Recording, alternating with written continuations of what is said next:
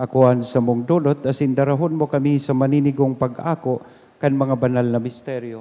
Ininahagad mi, huli kay Kristo na sa mong kagurangnan. Amen. Ang kagurangnan mapas sa indo. Asin sa imong espiritu. Itaas ang mga puso. Initaas mina sa Magpasalamat kagurangnan. kita sa kagurangnan na sa tuyang Diyos. Maninigo asin dapat. Totoong maninigo asin dapat, matanos sa sinakakaligtas, ladanay asin minsan saen.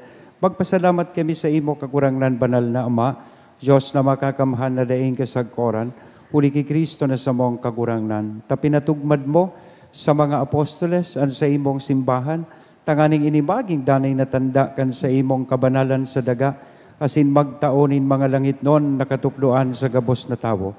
Kaya ngunyan asin sagkod paman, kay bakan bilog na hukbo nin mga angheles, dusay sa ibo ang isip kaming nagsasaranong, nagkukurahaw, asin nagsasabi.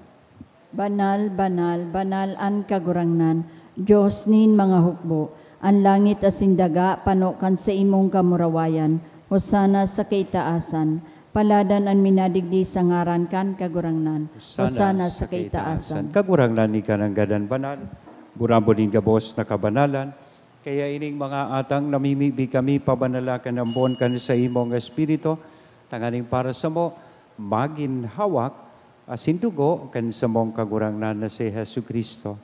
Kan siya, sa rugaring niyang buot, tagpaubaya sa pasyon.